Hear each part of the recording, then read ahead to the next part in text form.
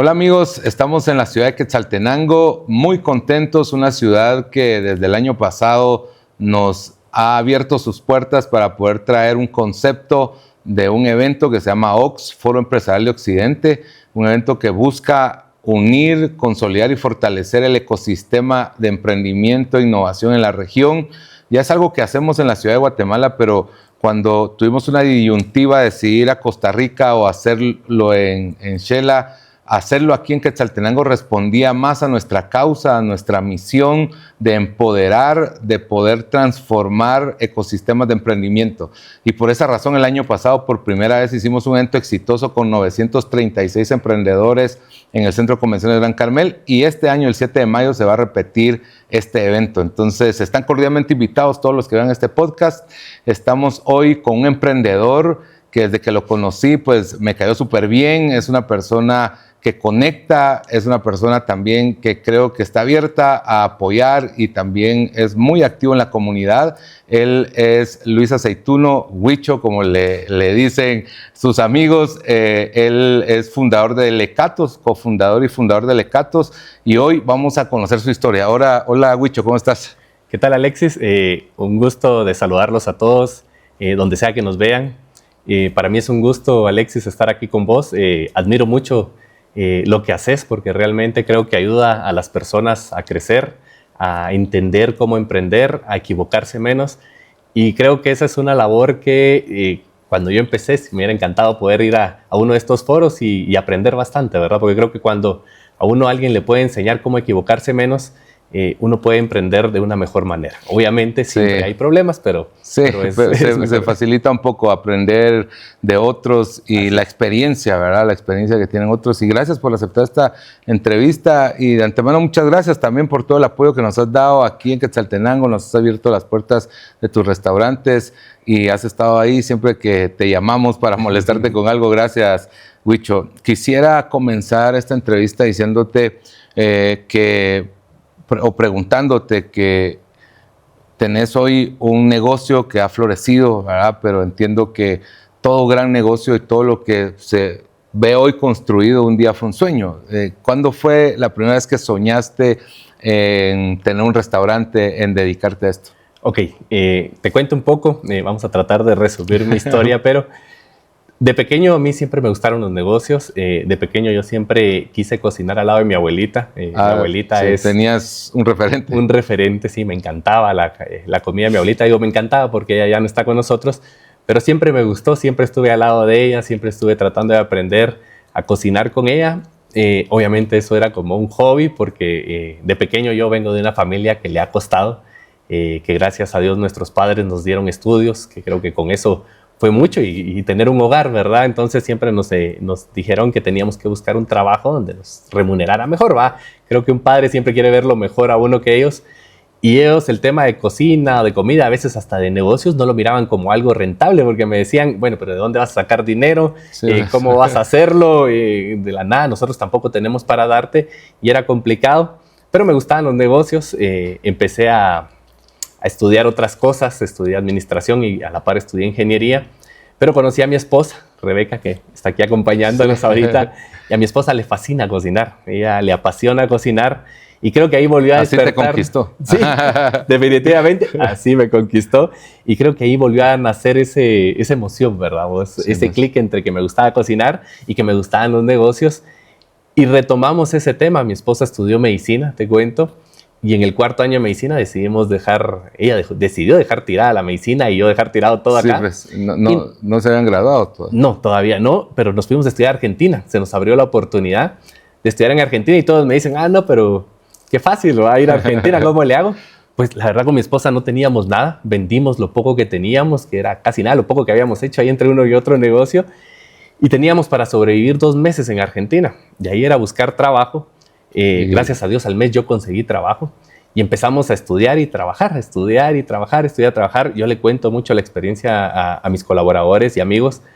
Yo dormía de 3 a 6 horas diarias, cuando nos iba bien, 3 cuando no, porque tenía que salir del estudio para correr al trabajo, regresar a medianoche del trabajo, medio hacer tareas o lo que lleváramos, y otra vez a dormir un rato para salir al día siguiente a la escuela. Tuviste que sacrificarte ese tiempo. Definitivamente mucho sacrificio, pero también sin sacrificio no hay recompensa, ¿va? Entonces, ahí inicia todo el sueño, empezando a ir a estudiar, a especializarnos. Y te cuento el por qué. Porque antes de eso yo había tenido un restaurante. Antes de irme a Argentina, un restaurante que duró un año. Es que esa pregunta tenía yo precisamente. Sí, yo te iba a preguntar qué fue primero, Rebeca, tu esposa, o Lecatus. Esa era una pregunta que fue, pero sí intentaste primero poner algo. Sí. Okay. ¿Y cómo fue emprender? Realmente fue difícil y con mucha enseñanza. Obviamente el restaurante no continuó. Podríamos hablar uno de mis fracasos, sí, pues, pero yo nunca lo trato de ver desde ese punto. Yo siempre que cuento la historia digo, yo aprendí de esto algo, ¿verdad? De todo lo que uno no lo ha... hoy lo ves así, pero en ese momento me imagino que te frustró y te... Había frustración, pero también había algo dentro que me movía y me decía, no, bueno, ¿en qué te equivocaste y ahora en qué tenés que cambiar, verdad? Y yo entendí que para poder hacerlo tenía que especializarme en eso, vamos. A mí me gustaban los negocios, yo entendía de otro tipo de cosas, pero no al 100 la cocina. Me gustaba cocinar, pero vos me decías, hacía una receta, costeaba una receta, no llegaba a ese punto. Y entonces había cierto fracaso en esa parte que yo entendí que la tenía que especializar. Entonces, después de ese fracaso, o esa enseñanza, como yo lo trato de ver, fue cuando dijimos, especialicémonos en esto con mi esposa. Y mi esposa dijo, bueno, a mí siempre me ha gustado la cocina. Me recuerdo una semana antes de salir para Argentina, la fui a traer al hospital y me dijo, llévame ahorita con vos, porque yo de otra manera no dejo tirada la medicina. Sí, y pues salió corriendo del hospital. A la semana siguiente tomamos el vuelo. Y como te digo, fue un sacrificio allá en Argentina. Y creo que también de lo que me enseñó, que tal vez en ese momento no lo vi cuando fracasé en el restaurante, que yo en Argentina cuento mucho que a mí me llegó, yo llegué, cuando me contrataron de cocinero, yo dije, yo así feliz con mi filipina y todo. Y cuando llegué me dicen, bueno, póngase a lavar. Y póngase a lavar. Y bueno, yo, ¿a qué horas cocino? No va a cocinar, ¿verdad? Primero aprenda a lavar. Y lavaba unas ollas y una cantidad de indumentaria de cocina y aparte de servicio. Lavaba bodegas, lavaba de todo, los pisos. Sí, pues. A mí me sangraba. Fuiste lavaplatos. Fui lavaplatos. De cocina, cuando llegué, nada que hablar, vos. Y cuando yo quería meterme, no me dejaban meterme. Me decían, no, allá. Y bueno, de hecho, a los 2 meses a mí me sangraban las manos por los químicos del jabón y todos estos detergentes. El restaurante era muy grande, entonces se vendía demasiado. Y mi esposa me dice, yo creo que mejor cambia de trabajo, la verdad, te está haciendo mal, ¿verdad? Porque me salían hasta alergias por el calor y por los químicos en los brazos. Y yo le dije, no, les voy a demostrar que yo puedo. Y entonces seguí luchando y nunca tiré la toalla. Y después me fueron metiendo, bueno, cuando vieron ese interés, me metieron a cocinar y lavar. Después me dijeron, mira, termina de lavar y vas a poder cocinar. Entonces yo lavaba más rápido, ¿no? Porque mi emoción era ir a cocinar. Entonces ya cocinaba y lavaba, cocinaba y lavaba. Después realmente fui creando una empatía con mis compañeros y con mis jefes, que ya era como, no, Luis, vení para acá, yo te lo hago. Después ellos ya lavaban por mí y me dejaban cocinar. De hecho, tengo una muy bonita anécdota que era un árabe, es sirio el chef del restaurante porque era de comida árabe, asiática. Y fui el único empleado que se sentó a la mesa a comer con él. A él no le gustaba sentarse a comer con nadie, pero como él miraba mi esfuerzo y que nunca me quejaba, fue el único que invitó a comer a su mesa. Y de hecho yo no aceptaba porque a mí tampoco me interesaba fingir ante los demás ser más que alguien. Y yo siempre, gracias, pero tengo que hacer. Y inventaba algo para no sentarme, pero me quedaba como la satisfacción de que mi trabajo hablaba, ¿verdad? Porque nunca fui el que se quería ir temprano, nunca fui el que renegaba si lo ponían a hacer algo. Siempre luché. Y a los 2 años me abrieron mi parte de mi área de trabajo, dejé de lavar y yo tenía mi propia área de trabajo, mi equipo de trabajo y logré ser jefe dentro de esa misma empresa. Entonces aprendí muchas cosas, vamos, y así arranca ese sueño. Y en este proceso que tuviste trabajando en este restaurante, en tu mente, ¿cuál era tu meta? ¿Cuál era el sueño? ¿Ya lo tenías claro? ¿O en algún momento dijiste, bueno, fracasé como empresario, emprendedor poniendo un restaurante, mejor me dedico a ser chef o me dedico a... Porque mucho su sueño no es un restaurante, sino su sueño es ser chef, ser un cocinero reconocido, ganarse un premio como cocinero. Fíjate que no, de hecho con mi esposa nuestro sueño, porque creo que es sueño mutuo, era tener nuestro propio restaurante y obviamente de ahí nace Lecatus. Nosotros queríamos un restaurante pequeño donde los dos cocináramos y tuviéramos 2, 3 personas más y un grupo pequeño de comensales y poderlos atender personalmente. Ese era nuestro sueño. también era nuestro capital, ¿va? Tampoco te voy a decir yo podía poner un restaurante grande, no tenía capital para eso, pero queríamos tener algo propio y siempre estuvimos enfocados en tener nuevamente un restaurante, pero ya especializados, ¿verdad? Ya haciéndolo de mejor manera. Creo que ahí nace la idea. Ahí nace. ¿Y qué te sirvió esta experiencia? ¿Cuáles serían 2, 3 aprendizajes que decís me sirvieron haber tomado la decisión de ir a Argentina, estudiar, trabajar y aprender allá? Porque la gastronomía en Argentina es completamente distinta a la nuestra, pero también está mucho más desarrollada. ¿Cuáles dirías que son esos aprendizajes? Bueno, creo que algo que nos abrió la puerta es de que la gastronomía internacional que se estudia allá, creo que era un poquito más completa, así lo veo yo en su momento, ¿verdad? Como que vimos... Hay que abrirse al mundo, hay que salir y buscar. Y buscar, sí, porque creo que eso te abre la mente. Siempre yo creo que uno tiene que ser una esponja, pienso yo siempre en la vida, ¿va? Aprender de todos. Nosotros, yo siempre hablo con mi equipo de trabajo, ustedes aporten, háblenme, porque yo no me lo sé todo. Y ustedes nutren a la empresa con sus consejos, con sus observaciones o con lo que puedan aportar, ¿verdad? Yo nunca con mi esposa nos hemos creído a alguien que se las saben todas. Nosotros somos muy de oreja abierta y estar escuchando tanto como a nuestro equipo como a las personas. Entonces de ahí aprendemos mucho y creo que eso fue parte del salir y poder aprender cosas nuevas o mentalidades diferentes, ¿verdad? Porque en Guatemala pensamos de una forma, pero como decís, allá piensan de otra. Te puedo decir otro de los grandes aprendizajes es saber que sin sacrificio no hay recompensa, ¿va? Yo conozco a mucha gente que dice voy a poner un negocio, pero no quiere sacrificar nada, no quiere ir a levantarse temprano, no quiere acostarse tarde, o sea, solo quiere ver plata, ¿vamos? Y muchas veces los negocios al inicio, y en su mayoría no dan plata. Primero hay que reinvertir y hay que ir haciéndose un nombre y hay un sacrificio. Entonces aprendí que sin sacrificio no hay recompensas, pero también aprendí que cuando uno sabe hacerlo todo, es mejor dirigir un equipo. Yo te digo, yo lavé, yo limpié baños, yo limpié pisos, yo cociné, yo hice 1000 cosas que si uno dice, bueno, yo abro un restaurante, ¿y cómo se cocina? Que me pasó al inicio, no sé cómo se lava el piso, no sé cómo se hace aquello, no sé. Pero cuando ya lo sabes hacer, sabes cómo dirigirlo y sabes que cuándo va a estar bien hecho y cuándo no va a estar bien hecho. Sí. Entonces, ¿y este primer intento de restaurante fue aquí en Quetzaltenango, aquí en Xela? Acá en Xela, el restaurante se llamó Bohème, era de cocina internacional, francesa principalmente. Una muy bonita experiencia, de hecho todavía tenemos algunos platillos que se recuerdan de eso, pero un gran aprendizaje ante todo. Sí, pues, y en ese momento, ¿cómo estaba la industria aquí gastronómica? ¿Qué había? ¿Ya habían opciones? Creo que era muy diferente. Creo que Xela ha cambiado bastante de ese entonces, te estoy hablando de 20 años atrás. Xela estaba muy acostumbrada a lo tradicional, o sea, no estaba tan abierta a comer una cocina diferente, internacional o platos, sino que estaba muy acostumbrado a su momento a lo que había y le costaba un poquito abrirse, ¿verdad? Decir, que probemos algo diferente, si no era muy tradicional la gente. Y en ese entonces también la gente comía mucho de fin de semana. Sí, los restaurantes no eran tanto de Xela, no había tráfico, no había nada, entonces vos salías de trabajar a comer a tu casa y regresabas a trabajar. Ahora creo que el tema del crecimiento ha creado que la gente prefiere comer afuera que hasta llegar a su casa, o hasta te relaja del estrés del día a día, ¿verdad? Sí, entonces ha cambiado. ¿Y tu segundo intento fue Lecatos o hubieron otros intentos de restaurante antes? No, mi segundo intento ya es Lecatos. Cuando regresamos con mi esposa veníamos decididos a poner nuestro restaurante, el que abrimos en la Floresta. ¿Por qué lo abrimos ahí? Porque nosotros queríamos un lugar donde no hubieran más restaurantes. Sí. En ese entonces éramos el primer restaurante dentro de la colonia Floresta. Que hoy la Floresta es de hecho, la zona viva, la zona... Sí, un amigo hoy hablábamos y hay arriba de 30 restaurantes dentro del área de la Floresta, si no es que más. ¿Cómo creció, verdad? ¿Cómo es que ese sector fue creciendo? Y él me preguntaba, pero si vos fuiste el primer restaurante de la Floresta. Primero. Fuimos el primero ahí. Literalmente. Y de ahí se creó una cultura de que esa área es de restaurantes. Pero nuestra idea era un lugar donde pudiéramos... que la gente nos buscara a nosotros, ¿va? Lejos del área que en ese momento era el centro, donde todo el mundo ponía restaurantes. Nosotros queríamos algo diferente. Gracias a Dios ahí nos funcionó. Todo el mundo nos decía, no, ahí van a fracasar, ¿por qué tan lejos si ahí no hay nada? Pero gracias a Dios funcionó la idea, que era eso, ¿verdad? Tener un punto donde la gente nos buscara a nosotros por Lecatos, ¿verdad? Sí, pues. ¿Y cómo nace el concepto? ¿El concepto es el mismo fue el mismo en ese entonces que es hoy? ¿Ha ido evolucionando?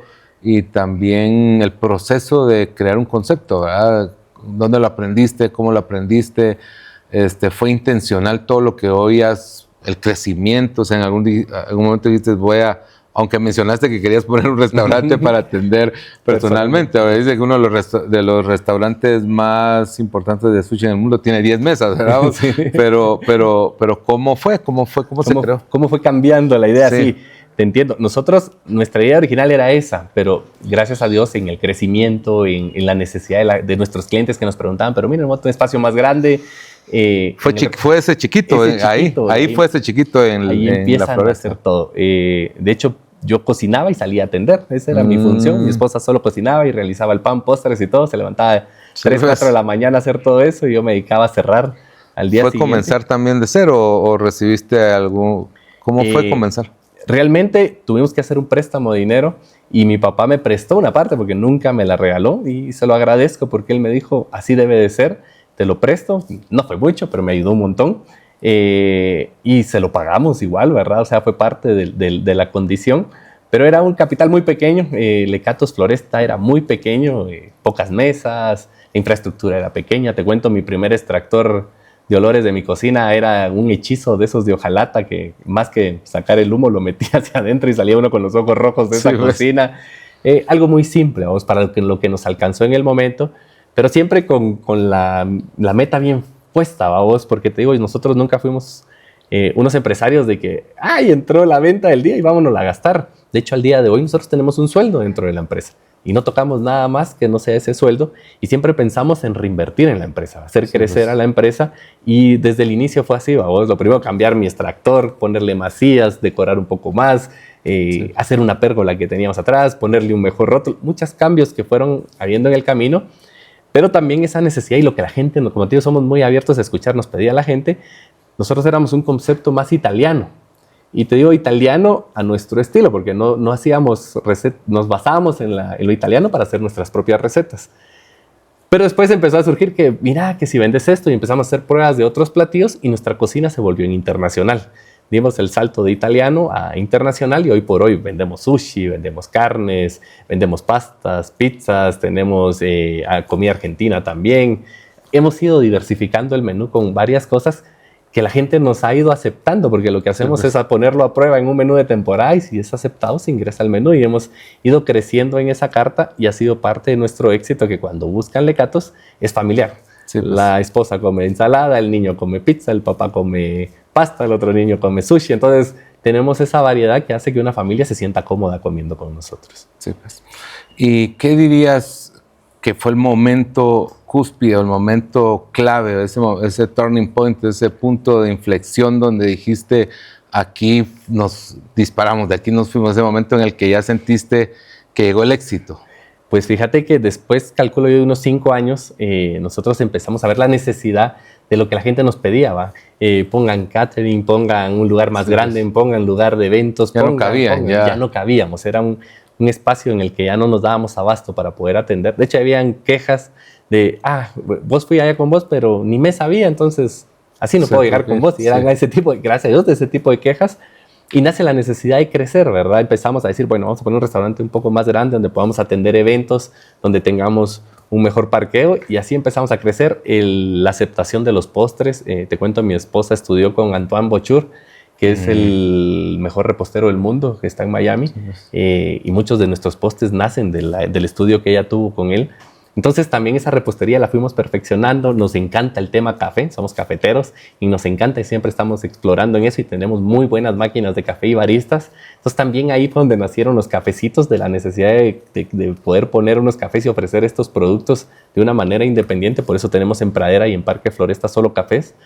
Te digo, la necesidad de la gente nos fue enseñando, pero algo fundamental empezamos, que cabal, como te conté, aquí cerca tenemos nuestro centro de producción y bodega y oficinas, a empezar a estandarizar, porque era importante estandarizar, vamos. Empezamos a crear una estructura, tenemos gerencia general, tenemos junta directiva, tenemos departamento de recursos humanos, departamento de contabilidad, departamento de finanzas. Empezamos a crear toda una estructura ordenada para poder llevar ese crecimiento. Eso no lo enseñó el crecimiento, no te voy a decir yo. Dije, no lo sabías antes. Cuando yo puse el segundo y me di cuenta que era necesario, empezamos a estructurar y hacer todos estos cambios. Pero es parte del crecimiento, ¿verdad? A la hora de crecer, yo siempre lo he dicho, traten de ir por esa línea, ¿verdad? O sea, crezcan ordenadamente porque si no, ¿qué nos pasó? te empieza a abrumar el crecimiento y empieza a decir, bueno, creo que estoy haciendo algo mal. Y tuvimos que ir haciendo esas correcciones que, gracias a Dios, ya lo logramos en el camino y seguimos aprendiendo. Sí. ¿Te consideras más empresario que le gusta más lo operativo en un restaurante o te gusta más lo romántico de un restaurante, que es crear productos, cocinar, ver los menús y esto? Es una buena pregunta, muy buena pregunta. Me considero muy empresario, pero me gusta cocinar. También. Me gusta cocinar, pero te digo, voy a un 50-50. Sí, pues has tenido que partir. Me he tenido que partir. Obviamente en el crecimiento cuesta estar más dentro de una cocina, pero mi esposa es una romántica de la cocina. Si ya le preguntaras a ella. ¿No le gusta el operativo o también se tuvo que partir un poco? Tuvo que aprender lo operativo en la necesidad y lo hace, sí, pues. Pero le gusta más crear. Ella es una creadora de platos, de productos. Sí, pues, ahí hicieron el complemento. O sea, ahí está el gran clic, creo yo, entre nosotros dos, y por eso nuestra relación en ese sentido es un éxito, porque todo el mundo dice, ¿cómo trabajan juntos? Sí. Es complicado, pero para nosotros es fácil. Creo que esa división de trabajo, donde ella es muy creativa, y a mí me toca la parte muy de relaciones y de operación, es donde nosotros hacemos ese clic en Lecatus. Sí, pues. Y bueno, tal vez esta es una pregunta que se la debería hacer a tu esposa Rebeca, pero trabajar en pareja es complicado, o sea, todo el mundo lo dice, ¿verdad? O sea, trabajar con tu esposa a veces se torna un poco, igual pasa en una siguiente generación, el papá y los hijos, ¿verdad? Pero aquí a veces, por lo que he escuchado de muchos emprendedores y empresarios, es muy difícil sobrellevar esto. ¿Cómo lo has sobrellevado? ¿Cuáles son los mayores retos y qué aconsejas en este caso? En este caso yo te diría, primero entender que la empresa es la empresa y la relación es la relación. Separar las cosas. Separar, aprender a separar. Eso es un tema muy complicado, pero quizá ese clic que te contaba yo antes, que cada uno sabe lo que es, en lo que se sabe especializar y lo hace mejor, nos dividimos ese trabajo. Entonces ella sabe lo que hace y yo sé lo que hago, y sabemos que si en algún momento hay un problema, porque no te voy a decir que no hay, de repente a nosotros hay algo que nos ataca así, que sabemos que es del negocio, sabemos que lo tenemos que afrontar juntos, ¿va? Y no hay mejor que dar ideas a ambos. Hay momentos donde no vamos a estar de acuerdo, pero creo que nosotros hemos aprendido a llevar eso. Hemos aprendido que lo del negocio es el negocio y que tenemos que aportar para eso, ¿verdad? Y que cuando ya es lo personal se olvida, se queda donde tiene que quedarse y seguimos en nuestra relación juntos. Y creo que nosotros, gracias a Dios, más que ser un problema, se ha vuelto una buena relación para poder llevar el negocio. Sí, pues, buenísimo. Qué bueno, qué bueno, qué alegre. Mira, tengo una pregunta con relación a tu industria. Yo he escuchado y he leído en algún momento artículos de estadísticas que dicen que dentro de los top 10 negocios que más fracasan en el mundo están los restaurantes. Y es un negocio duro. También a título personal tengo amigos que son restauranteros, les dicen, y se dedican a esto, que también dicen que es un negocio duro. Pero también es un negocio muy atractivo. También escucho a muchos decir, bueno, pongamos un restaurante, ¿verdad? O sea, mira, ¿qué tal si ponemos un restaurante? Como que las ideas, cuando estás peloteando ideas, como que es de las primeras ideas que salen. Pongamos un restaurante, ¿verdad? Y creo que tal vez la inclinación, porque la comida es parte del día a día de una persona, ¿verdad? Sí. Pero para vos, ¿qué cosas han sido difíciles? ¿Cómo debe manejarse correctamente? Ya dijiste todo lo de ordenado, pero me gustaría como algo que a vos, como un consejo que a usted ha servido, decir, mira, yo pensé de esta forma, hice esto, o sea, como algo clave para restauranteros que vayan a ver esto, o personas que están pensando hacer un negocio, ¿cómo llevar al éxito un restaurante? ¿Cómo tratar de llevar al éxito? Te entiendo. Fíjate que yo creo que parte que yo trato de aconsejar, porque tenés razón, todo el mundo quiere poner restaurantes, yo lo he notado. A mí me llaman a veces, y no querés ser mi socio en un restaurante, y ¿sabes qué? Se me ocurrió poner un restaurante. Entonces lo escucho mucho, ¿verdad? Y de hecho, como te dije, en La Floresta, de ser un restaurante, en 10 años hay más de 30 restaurantes. Ahí te das cuenta de ese crecimiento y de la idea de poner más restaurantes. Yo creo que va un poquito más del análisis de decir, bueno, me voy a especializar, ¿en qué me voy a especializar? Porque en comida también hay un montón de ramas. O sea, yo quiero hacer sushi, yo quiero hacer esto, yo quiero hacer un restaurante internacional, yo solo quiero hacer pollo, yo solo quiero hacer hamburguesas. Y cuando te especialices en eso, buscar el lugar donde no haya lo mismo. Que no se vuelva el típico ejemplo que a mí siempre me han dado, que sea la tienda de barrio, de que como a esta tienda le va bien, yo le pongo una tienda a la par y después yo pongo otra a la par y después lo único que hacen es descomponer el mercado, ¿verdad? Yo creo que se vale poner restaurantes a la par del otro porque se puede volver una zona restaurantera, un lugar, pero si aquel hace pizza, yo voy a hacer carne. Si aquellos hacen carne y pizza, ¿qué nos falta en esa área? Yo voy a poner sushi. Si ya, o sea, ¿me entendés? Tratar como de diversificar y entrar con una idea nueva al mercado para que tu éxito sea un poco más garantizado. Porque muchas veces es como que yo me fuera a vender pollo frito a la par de pollo campero. Y después me pregunto, pero si mi pollo es bueno, ¿por qué no lo vendo? Pero campero tiene ¿cuántos años en el mercado? Y me va a costar más. No quiere decir que tal vez nunca crezca, pero va a costarme más. Pero si me voy a la par de campero, como las tortilleras, y venden tortillas, o alguien vende tacos o algo, le está cambiando el concepto y está aprovechando que le da otra opción al cliente que visita esa área, ¿verdad? Entonces yo creo que ese es un consejo que yo podría dar, ¿verdad? Busquemos especializarnos en algo y busquemos el punto donde no exista lo que yo quiero hacer para poder empezar a venderlo. Obviamente eso no nos garantiza que a la par alguien va a llegar y va a poner lo mismo que yo hice, pero creo que el que pega primero, pega dos veces, dicen muchas veces. Y si yo voy con una idea original, creo que eso nos puede funcionar.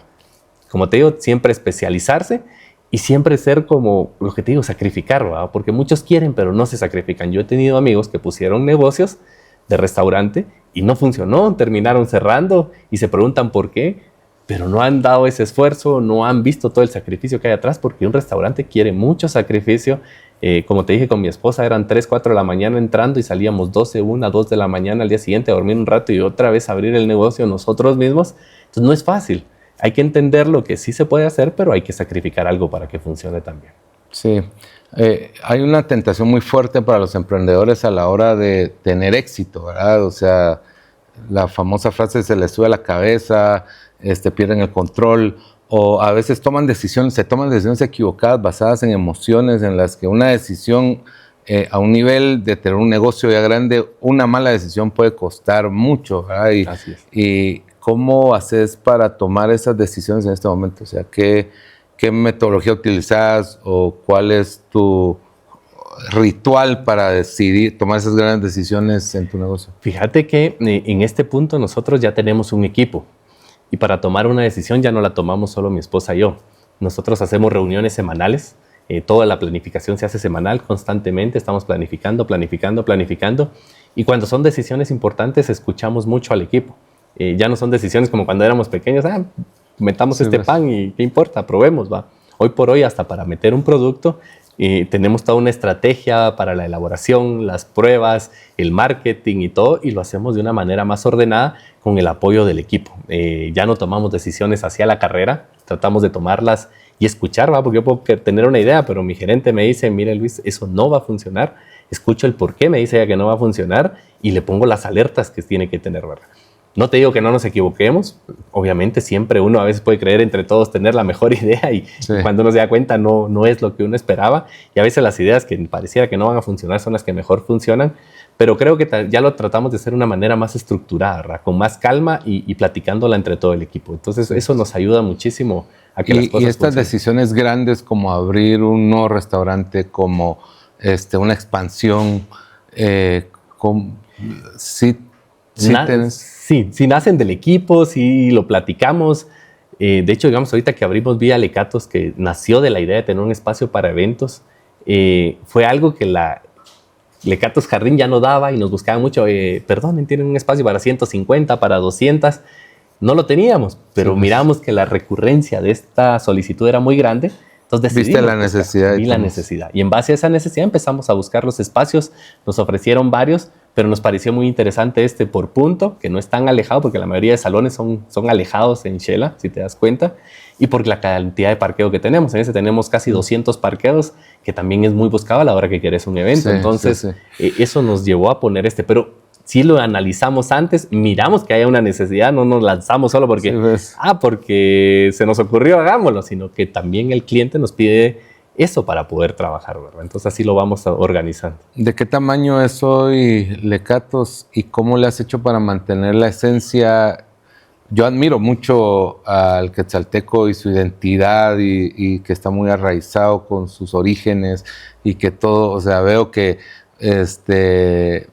tenés unas letras de Xela en tus restaurantes para tomarse fotos, o sea, como que hay esa identidad de localista, ¿verdad? ¿Cómo has hecho de qué tamaño es hoy en números de empleados, de restaurantes, y cómo has hecho para mantener la esencia? Fíjate que nosotros siempre, de hecho nosotros tenemos una inducción donde tratamos de hacer a la gente que se sienta parte de algo.